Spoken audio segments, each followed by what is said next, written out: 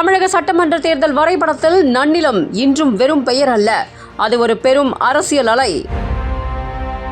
SDPI கட்சிக்கு இத்தொகுதி ஒதுக்கப்பட்ட தருணத்திலிருந்து delta மாவட்டங்களின் எல்லைகளை தாண்டி உலக தமிழர்கள் உற்று நோக்கும் ஒரு நட்சத்திர தொகுதியாக இது உருமாறியுள்ளது.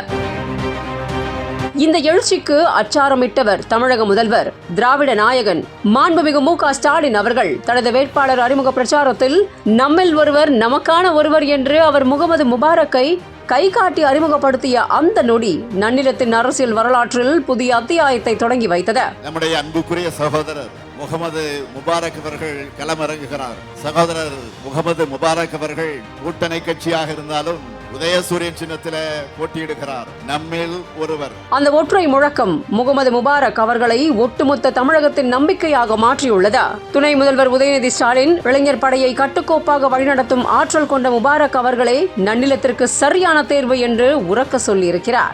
தமிழ்நாட்டுடைய உரிமைகள் எல்லாம் பாதுகாக்க எப்பொழுதுமே களம் காண தயாராக இருப்பவர் தான் சகோதரர் முகமது முபாரக் அவர்கள். கழக துணை பொதுச் செயலாளராம் கனிமொழி அவர்கள் தலைவர் கலைஞர் பிறந்த மண்ணிலிருந்து என் நண்பரை சட்டமன்றத்துக்கு அனுப்பி வைக்க வேண்டியது நம் ஒவ்வொருவரின் பொறுப்பு என உணர்ச்சிகரமாக பேசியிருக்கிறார். தலைவர் கலைஞர் அவர்களுடைய மண்ணிலே என்னுடைய சொந்த ஊர்ல வந்து நம்முடைய வேட்பாளர் முகமது முபாரக் அவர்களுக்கு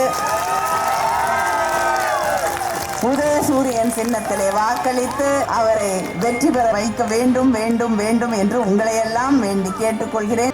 ஆசிரியர் வீரமணி, வைகோ, வீரபாண்டியன், முத்தரசன், தொல் திருமாவளவன் மற்றும் திருமுருகன் காந்தி அப்படின்னு பல ஆளுமைகள் ஒரு பம்பரத்தை போல நன்னிலம் முழுவதும் சுழன்று அனல் பறக்கும் பிரச்சாரத்தை மேற்கொண்டிருந்திருக்காங்க.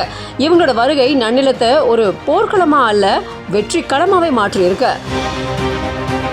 இறுதிக்கட்ட மக்கள் கருத்து கணிப்புகள் ஒருமித்த குரலில் இதையே ஒலிக்கின்றன. தளபதியின் தம்பியாக, மக்களின் பிரதிநிதியாக முகமது முபாரக் அவர்களின் குரல் சட்டமன்றத்தில் ஒலிக்கப் போவது உறுதி என்றும் நன்னிலம் இன்று வெறும் தொகுதி அல்ல, அது திராவிட மாடலின் வெற்றி சின்னம், மதசார்பற்ற கொள்கைகளின் உரைக்கல். மக்களின் பேராதரவுடன் முகமது முபாரக் அவர்களுக்கு வெற்றி பயணம் மே 4 புதிய வரலாறு படைக்கும்.